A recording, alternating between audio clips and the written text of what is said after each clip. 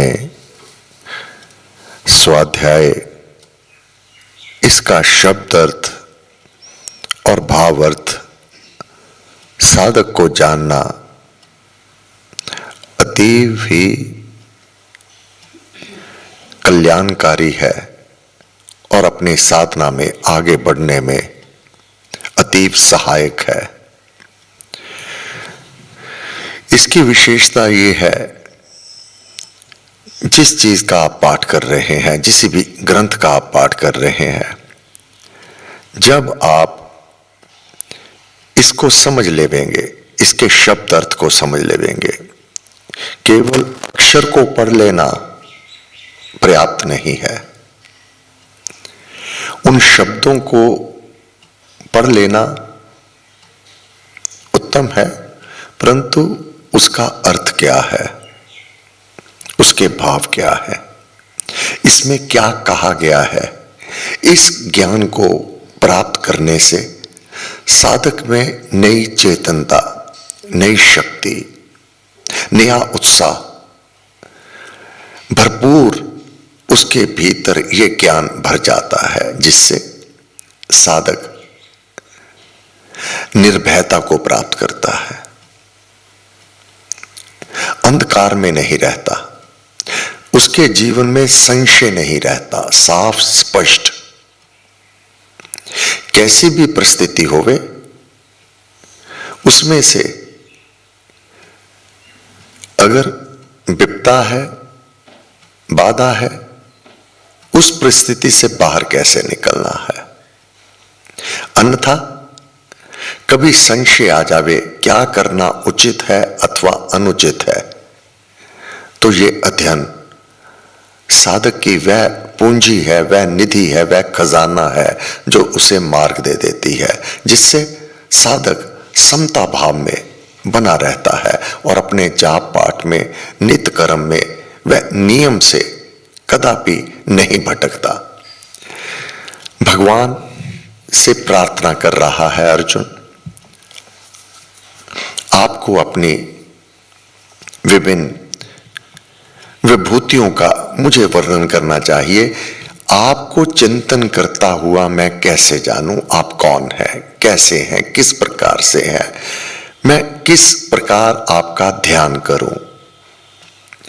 भगवान ने कहा मेरे अनेक रूप, रंग, नाम अनेक हैं।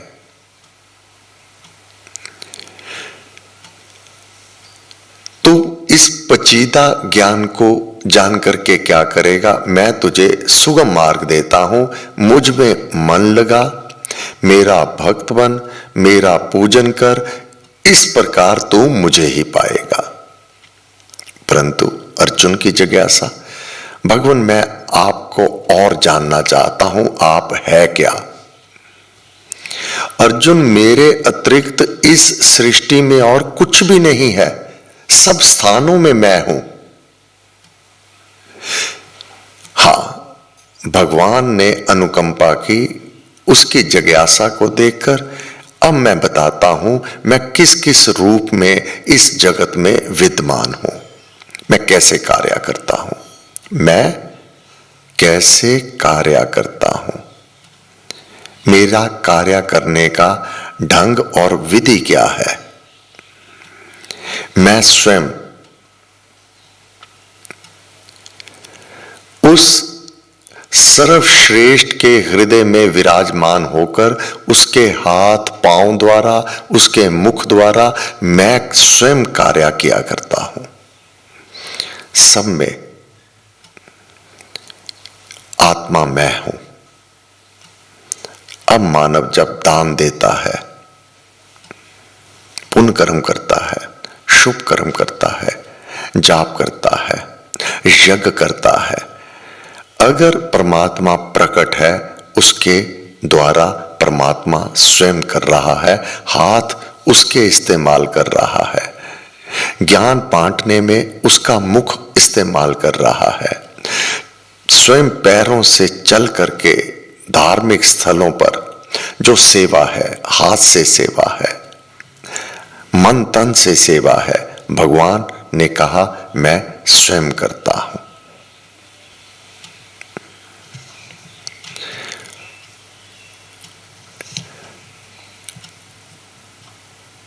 गीता का 10वां अध्याय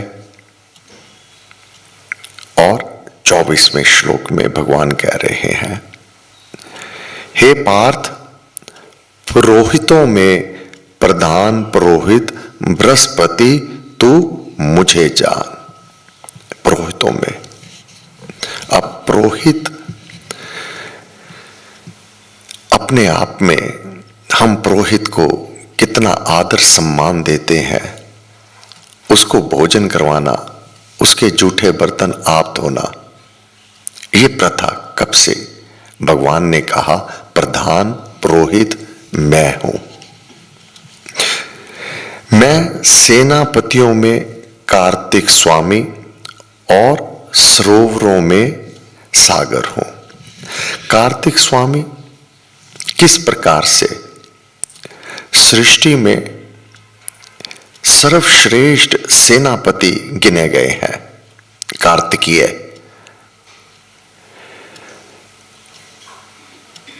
इन्होंने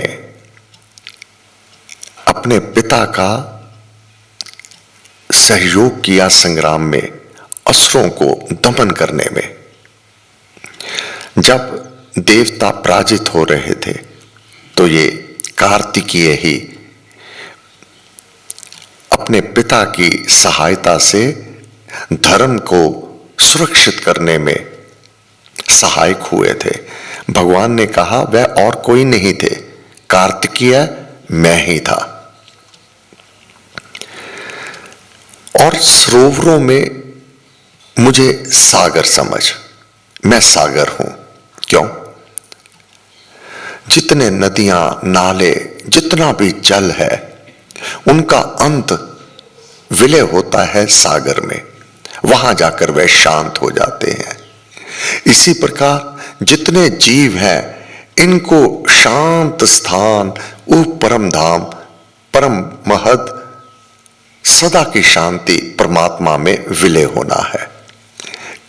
जितने भी नदियां, नाले बहुत चंचल, नदियां बहुत चंचल, परंतु जब वह समुद्र में समा जाती हैं तो शांत हो जाती हैं। उनका गंतव्य तीव्रतर वेग से बहती हैं समुद्र की ओर। क्यों?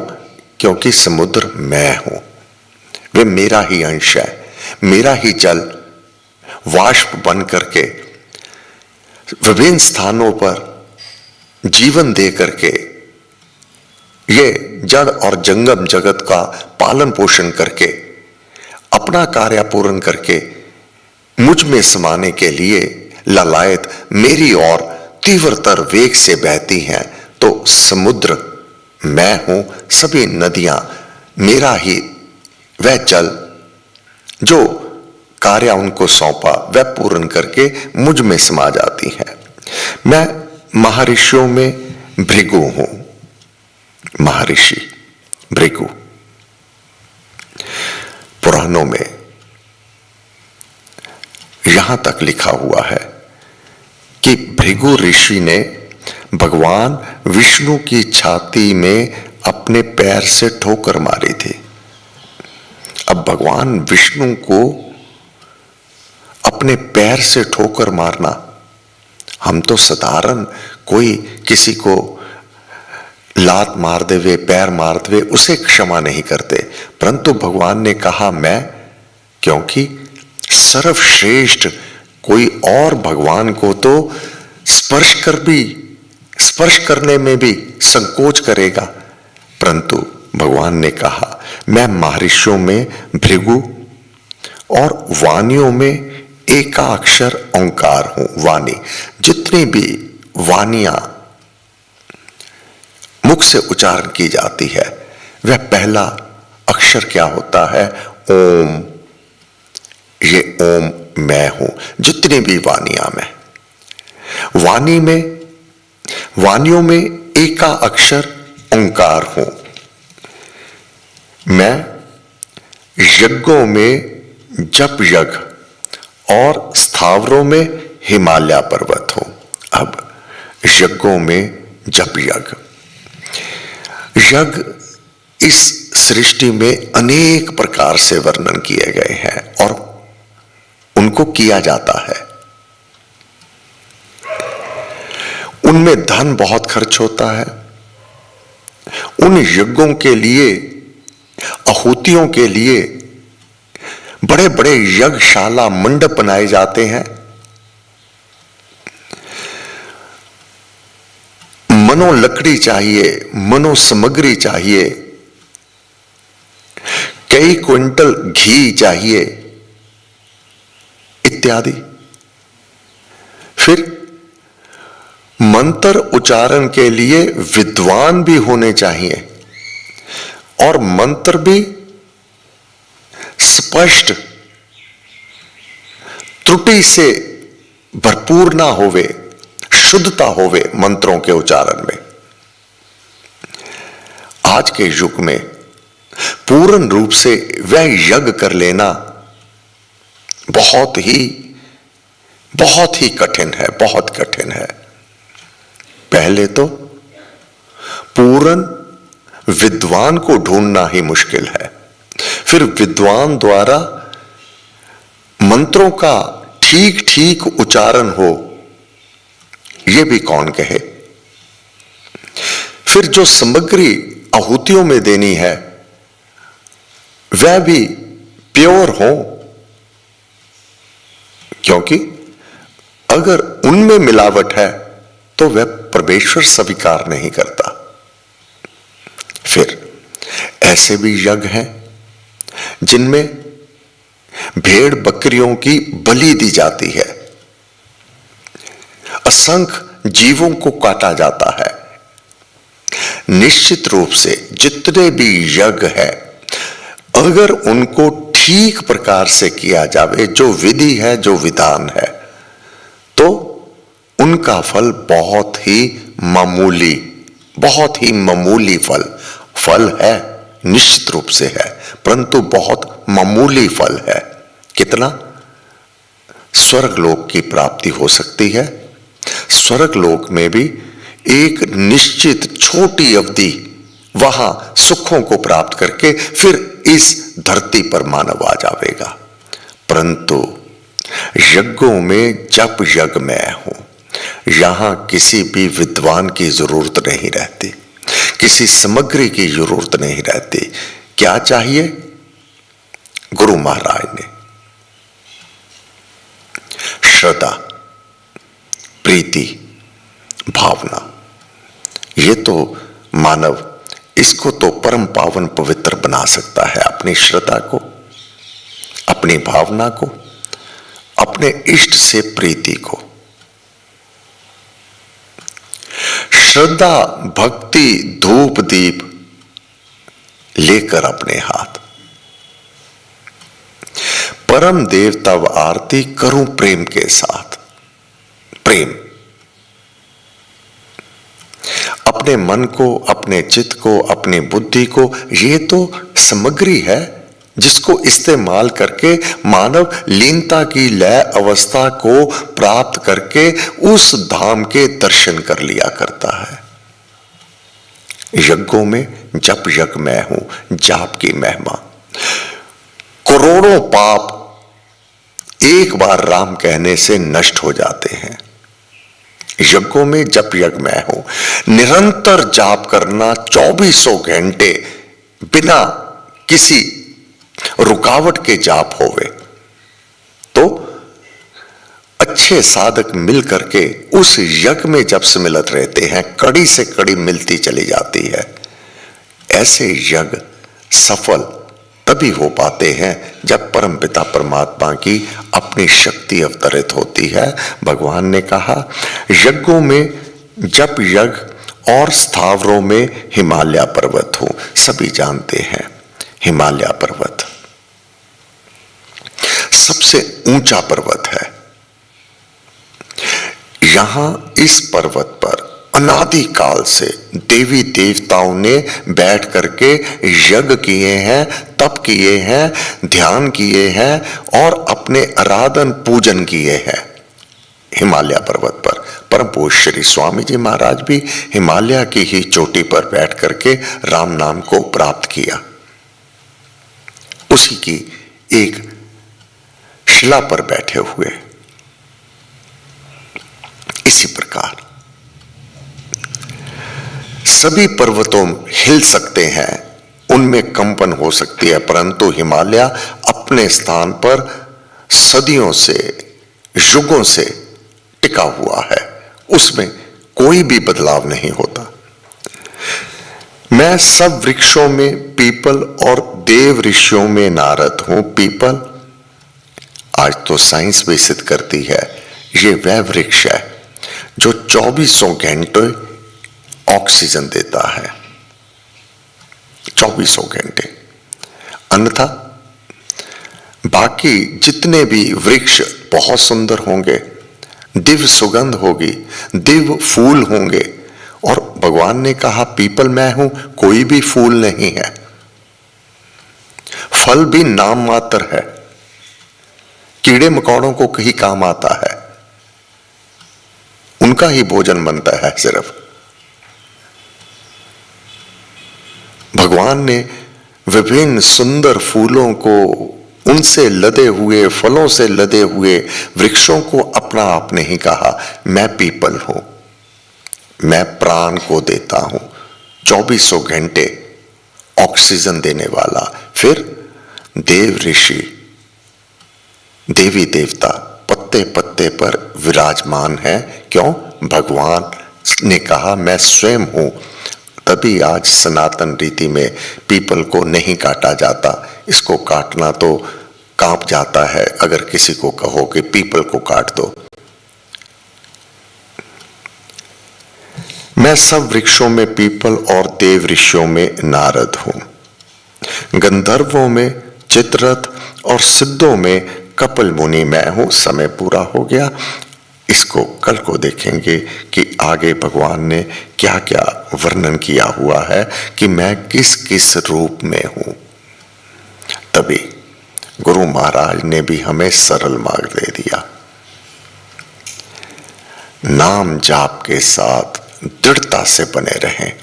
ये जितने भी भगवान के रूप हैं, जितने भी नाम हैं, वह सभी के सभी आप पर अपने आप कृपा करते रहेंगे।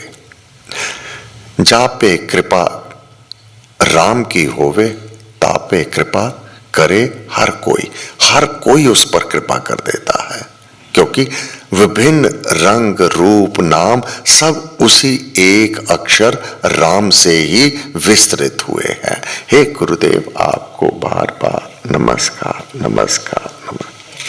सर्वशक्तिमते परमात्मने श्री रामाय नमः। सर्वशक्तिमते परमात्मने श्री रामाय नमः। सर्वशक्तिमते परमात्मने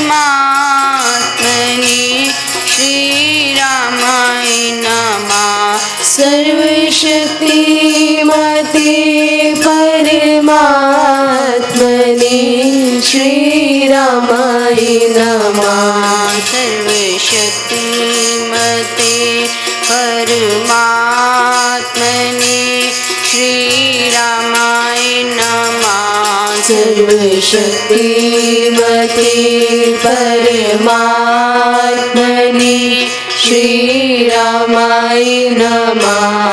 सर्वशक्तिमते परमात्मने श्री रामाय नमः। सर्वशक्तिमते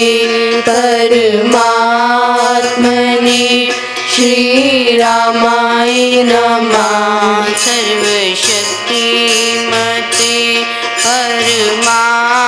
परमात्मने श्री रामाय नमः। सर्वशक्तिमते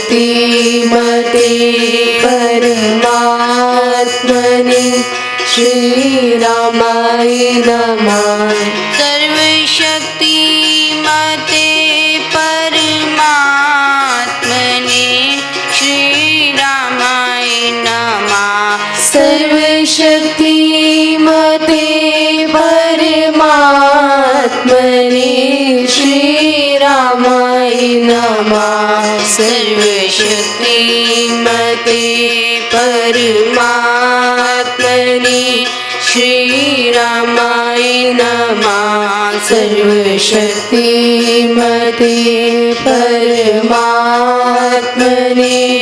श्रीरामाय